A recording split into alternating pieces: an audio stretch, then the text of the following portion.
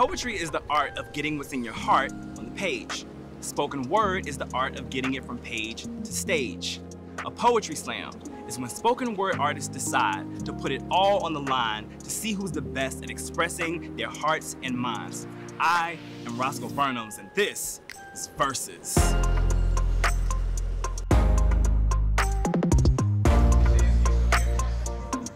How are you? Thanks for coming and doing this. It should be a good show.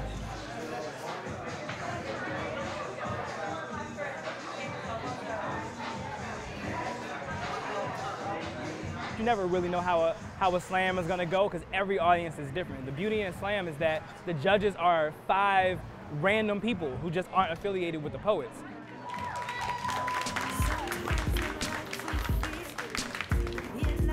Welcome to the Writers' Den, y'all. Make some noise. It is going to be a fantastic show. If you're ready for a fantastic show, somebody say word. Word. Who has been to a poetry slam before? Okay. We got some seasoned veterans in the house, okay? Who is new to this experience? Make some noise. Okay. Handful of people. Fantastic. You are in for a treat. A poetry slam is a really interactive experience that presents poetry in a way that I don't think most people see poetry. It's theatrical, it's intense, it's dramatic. It's not just the words on a page, they're really bringing it to life with their performances. There are multiple rounds. In our poetry slam, there are 3. So we start out with, all the poets in the beginning, and then we cut poets as we move forward in each round based on the scores. To whomever it may concern, may our pain run circles around their necks as loose as the noose around our fathers and grandfathers that were never accounted for. May the dirt that folds underneath the pressure of our toes be the very same soil that grows the strangely beautiful fruits of their labor. May we never disgrace them. As we prepare to embrace them, we should ask ourselves if we're even able to face them and be proud of what we've done. Just imagine being celebrated on how you took care of your black mothers and black sons.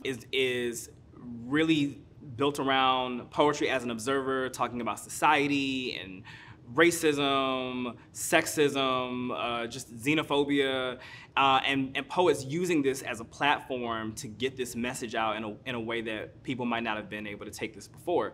I graduated from high school with a 1.3 GPA. From the field of academia, I would be classified as that the end result was my grade point average, pointing to show the world that my intelligence was non-existent, that my very being was being a mistake, and that success was only a pagan myth. At least that's how I felt.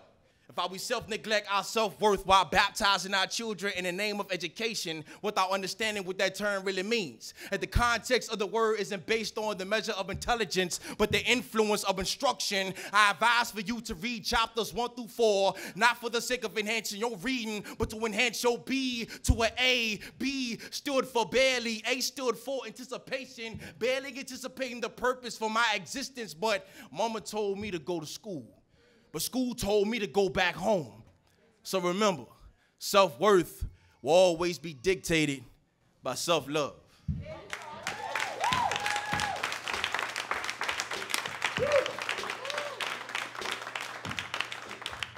For legal reasons, this is a metaphor. After wanting to commit suicide for over a decade, I finally decided to do it. I finally decided to kill this life I'd been living, to put an end to the suffering. Not with a swan dive or a straight razor, but by being fully alive. Damn the consequences. I decided to kill the girl who always wanted to die, who thought suffering and survival were synonymous. I put her out of her misery, swift and ruthlessly, because eventually grinning and bearing and white knuckle surviving looked the same as dying slowly. I decided to kill the girl who tried to erase every trace of her being, who tried to disappear completely, who starved herself of nourishment and meaning. But I will make you look at me. The art that's brought to a poetry slam especially is often really intense. It really is uncomfortable.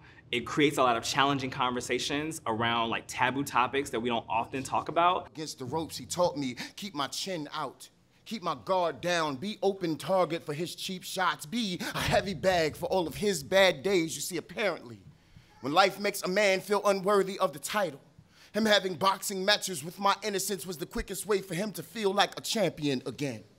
He taught me the Bible with no whisper of scripture, but made sure to write his word in all the red and bleeding of me. I remember this one time I was sleeping, I was dreaming of a heaven until I was awakened by the wrath of God. In his right hand I wept like Jesus. He replied, shut up before I give you something to cry for. And here is the lesson. It was found in Proverbs. He was teaching me what a man slow to anger looks like.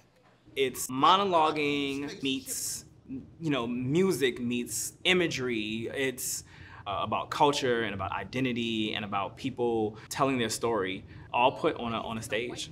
Because while my mother didn't think being black was enough, when your skin is dark and your hair is coarse, let's just say it's better to be well-spoken.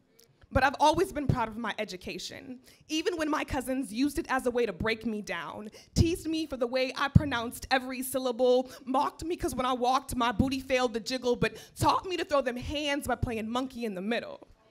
The story of when I started growing breast. My dad thought the mosquito bites on my chest were actually the result of bugs attacking me. He was a sweet and naive man. I thought it was the effect of some strange behavior from me. At 8 years old, while playing house with my grandmother's cats, I attempted to breastfeed them. When I shared the story of my dad and I learning I was growing breast, it's not a story of his incompetence. It's the effect of holding so much up for a person that certain things fall through the cracks, that taking me to the doctors in the first place was a testament to his love and concern. A funny anecdote for me was just another day of him surviving as a single black dad. I never wanted to be like Mike. Nah. Let alone wearing a pair of Jordans, but I've had the issue of walking in these shoes, so uncomfortable, being the person that I knew best me. So I never properly tied them, making it easy for me to step out of them when I wasn't accepted. And each time I did, I would stumble and fall. Y'all, I was tripping. It seems as if these shoes away my inner confidence, and these inner army men who I thought were ready for war, they wore the garments that gave them strength, courage, and honor. They drew power from them, but their fatigued, too worn out from fighting an endless battle, and their biggest competitors was none other than themselves. Need I remind you, there will never be another you? So hold your head up, walk in confidence, think positive. Positive leads to prosperous. Above all else, stay true to who you are. It's your prerogative. That's Bobby Brown in it. It doesn't matter about your size or weight, the area that you were born in, your financial state, whether you're a single parent right now, still believe in God for love, whether you've been locked behind bars or you've been on drugs, you are one of a kind and will never be duplicated. We've gone further away from one mind, further away from the lost consciousness when we were one of the same kind. An existence that existed before Big Bang, before humankind. Why else would we oppress? Why else would we abuse? Why else would we fire shots to end a life? Why else would we pull a trigger on our own kind? That suppression is survival. And because I seen you fight. I seen you fight addiction, get tag teamed by poverty, stumped out by the streets, all while America has you in a full Nelson. I seen you fight that. And win. And now I'm older. We haven't gotten much closer, but I've seen you get better. And for that, I love you. Y'all clap for these poets. They're working hard up here. Let me tell you something. The #1 fear in the world is public speaking. Y'all know what the #2 fear is? Death. People would rather be in the casket than give the eulogy. You understand what I'm saying? Show some love for all the poets who have touched stage and will touch stage tonight. Fantastic. And keep that love going for Ayanna Florence. Ayanna is a force of nature. She is a powerful performer, but she's also this brilliant writer whose work has a lot of twists and turns. She starts deep inside the metaphor and then spirals out from there. And so it's a journey anytime that she's on stage. I pretended to like collard greens for the first 20 years of my life. Let that nasty, grassy green stuff slide down my throat like a good girl. Swallowed and smiled, more grimace than grin, like, wow, that's so delicious. And the lie tastes like acid on the tongue, like regret, like wishful thinking. I wash it down anyways because it's just habit like that. I've just been programmed that way to eat whatever crosses my plate, to know I ain't going nowhere till that plate is spotless, to be grateful. I don't really think about it too much when I go on stage. Like, I feel like I've been performing all my life, so the performance aspect of slam or like spoken word is like the easiest part for me. Everything that I'm feeling or just whatever moment I'm in, I kind of like laser focus it, I guess you could say. So when I'm on stage, I'm so hyper focused that all that energy kind of like streamlines. Just like the nature of my pieces are usually like just really emotional. And so when I'm in the moment, like it just kind of, I don't know, it's something takes over me a little bit. You have anything to eat at all, so I was. And I did, because that's what good girls do. Shrink ourselves until we're small enough to swallow whole. Let our bodies be a rest stop. Force feed ourselves collard greens for 20 years instead of saying, no, thank you. I hate that. So do you find yourself having to take yourself back to that place? I just kind of like zone out. Like it's not even like, I'm no longer like in my head. I'm no longer like even in my body really. Like it's like a whole nother, I don't know, like almost like another spirit like coming out of me, and like that's what's being presented. And so yeah, I do go back to that, but it's not like I'm on stage like, okay, let me get back in the mood that I was in when I wrote this poem. It just kind of comes naturally, you know what I'm saying? Like I just feel it.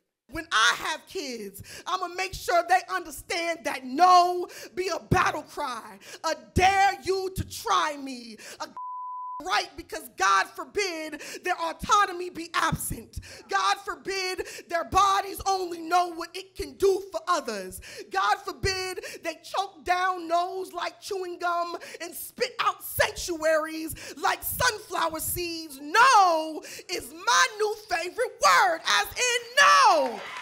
It is therapeutic because it gives me like a way and an outlet to, you know, pour out all of the emotion that's like within me and like pour it out and put it in a place where it's like, it's there, it's final, and that's how I feel. And then being able to take that and go put it on stage and perform it and like express that is like incredibly freeing and incredibly therapeutic. And then having other people like respond to it in a way of like, wow, I'm so grateful that you shared that because I feel the same way. Like that's like a huge thing for me. Or no, this ain't yours, this all mine. No, you don't tell me what to do with this body, and no, I don't want none of your nasty collard greens. I think with the first round, all the poets did well, but you could start to see the separation in who really won the audience over, who gave us these really great performances in addition to these really great poems. There was definitely a separation that starts to begin in the first round. All right, so now, are we ready to start the second round? Make some noise. I know my poets are ready. So first up in this round, show a whole lot of love for Destiny Sherion. Get Destiny Sherion all the way back to the stage. What you want to do as a poet is continue the story. Whatever the stage is that you set in your first performance, you really want to capitalize on that. If you're someone who maybe scraped by in the first round and made it to the second, then you're probably a person who wants to switch up the strategy. We, Black women, do not have the luxury of letting our guards down. Rarely know peace without fatality. We will rest when we are dead. Rest, a fragile figment of our imaginations, Black man. Remember, we are in this together, partners, battle buddies in this war against Black bodies. Do not hang me out to dry because I wear survival like a negligee. Don't play like this war paint ain't smeared all over the palms of your hands from the countless times you've undressed my trauma, caressed my resilience and whispered freedom in my ear. Don't act like you ain't tried clawing your way out of this war zone with your fingertips on the small of my back. Don't forget, this Black girl magic is your favorite trick or treat you can't wait to sink your teeth into. Lately, there are far more days that I want to no-call, no-show this thankless job of life. Living gets paid, no attention until you don't show up for it. That's when they usually raise of the casket, and it gets met with the acknowledgement of how hard you work at surviving, and honestly, I'm tired. I don't want to be here anymore, but I stay. Breeze is the seasoned vet and is easily one of the most powerful, kind of in-your-face performers that I've ever met. Because even though I have a freezer-burned heart, my kids come hang their existence on the door like macaroni art. Kamari shows off how successful I could have been if I had the support I give him, and Quentin pins their bravery upon my acceptance like a badge of honor. They are. Serenity is a weeping blade that needs daddy's tough skin to dole into. There's not many things at all that I've written that didn't happen. Right. Specifically to me. So you're saying you're pulling from personal experience? Period, personal experience in every aspect. What somebody can take from what you said is always going to make them feel something, and trying to articulate that in a way where I appreciate that connection between me and the audience, that's the biggest part to me. I stay because for proper maintenance, the body needs about 8 hugs a day. And I am a living, breathing 8 hugs a day. My hugs come with warning labels that say, take only one, because if you take more than one, you will be subject to extreme relaxation. May cause you to feel safe and suffer from believing in love and stuff. So today, I stay because I'm the only one I know down to hug people that much. I kind of write in sequence of each other, like each thing gotta flow into the next thing. So whatever I put first, one part of the story has to transition into the next one. People write pieces of stuff sometimes. Like that's their process.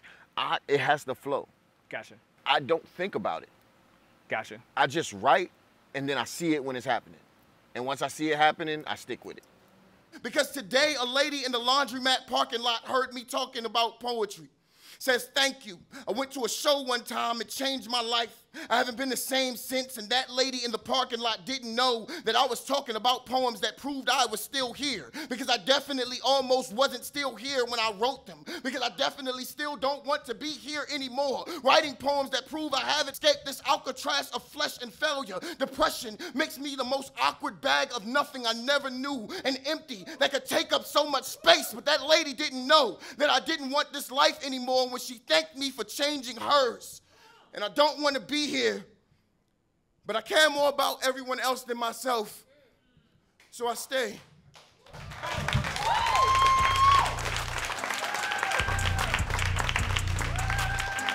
When I say this saved my life, it's not a game. It's legit, you know? It pushes your faith to the ends, right? I mean, right there on that ledge. Right there on that ledge.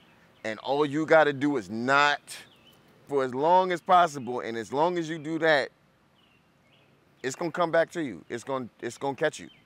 It's gonna pull you back. It never fails. What's the goal for you as an artist? To grow and to help people grow. I can talk about all the stuff I've not had. I ain't never went without, for real. And all of that stuff I got that I didn't go without came from this gift, this art.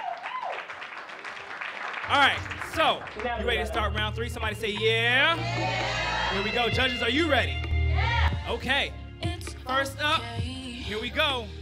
Show some love for Summer Storms.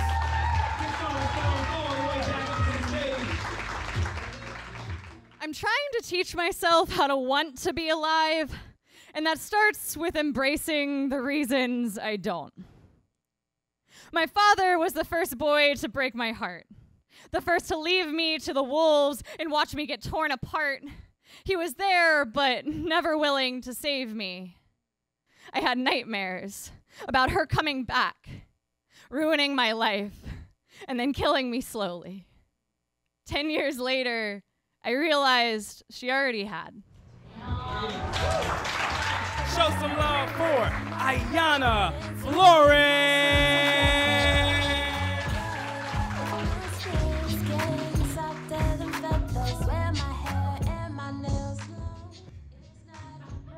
To the person who turned my body into a cemetery, did it feel good to make a mockery of my resting place? My headstone became a blank slate when you stripped my name quicker than my clothes on a Sunday afternoon.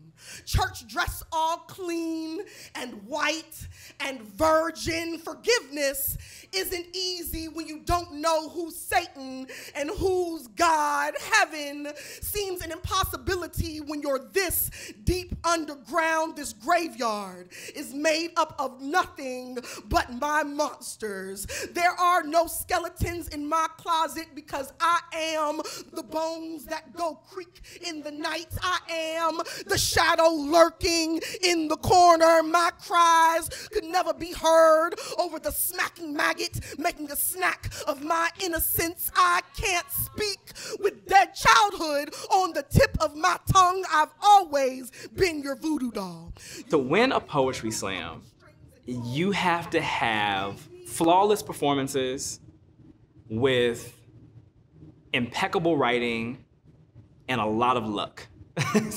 You never know how the cards are gonna fall. You never know what an audience is gonna enjoy, what the judges are gonna love or score high. No one knows, and it's always a little different. She was like, hey, I got a question. What's the difference between Frederick and Breeze? I never really considered there being a... I would answer you. But first I have to know which one of us you think you're talking to. Wait. I got a question. What's the difference between a therapist and a nosy person just trying to screw with my head, right? Because you're not a therapist, so that would make you a nosy person just trying to screw with my... Frederick always gets like this. Protects everything he wants to give people from people. He's like a guard dog that would love to play fetch. He just refuses to let go of the stick or his heart. Or his demon. He wants people to see him. He just doesn't want to feel exposed. He's very abstract art, paints passion with how he loves, but can only picture the pain and broken that loving heart has always left him with. So all you end up with is this beautifully shattered, open wound beating on the canvas of his. I don't really know how to explain it. It does remind me of this movie I seen one time. Oh, okay. You wanna talk about Breeze, then the poet who puts love in his art, thinks writing is his heart's form of freedom? That's so stupid. He's not free just because he can articulate his chains. Split. That's the name of the Anyway, I don't really know how to explain it. I just know if there is such a difference, I hope there's someone out there who can just love, just love all of me. All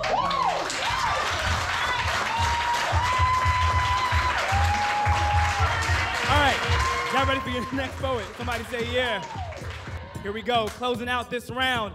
Show some love for Flo Fearless.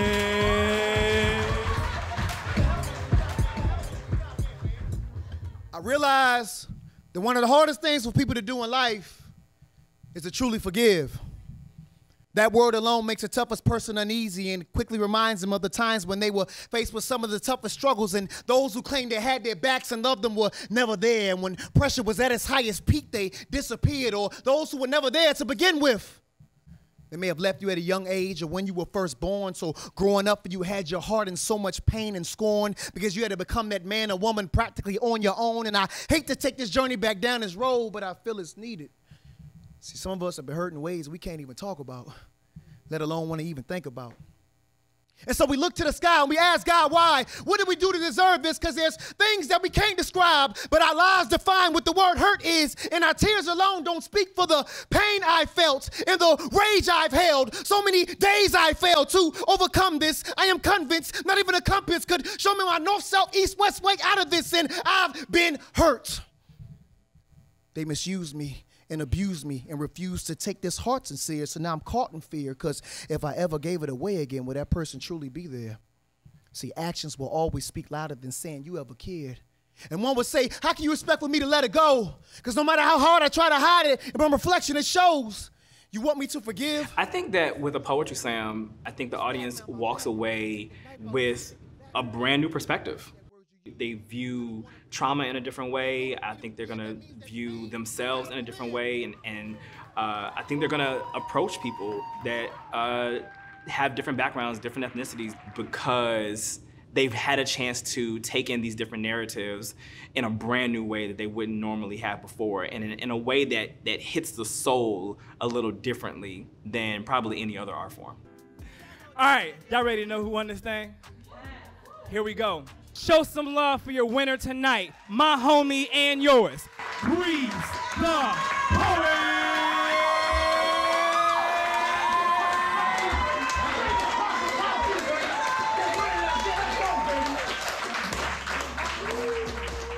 All our poets were magical, but the winner was the perfect potion of potent poetry and powerful performance.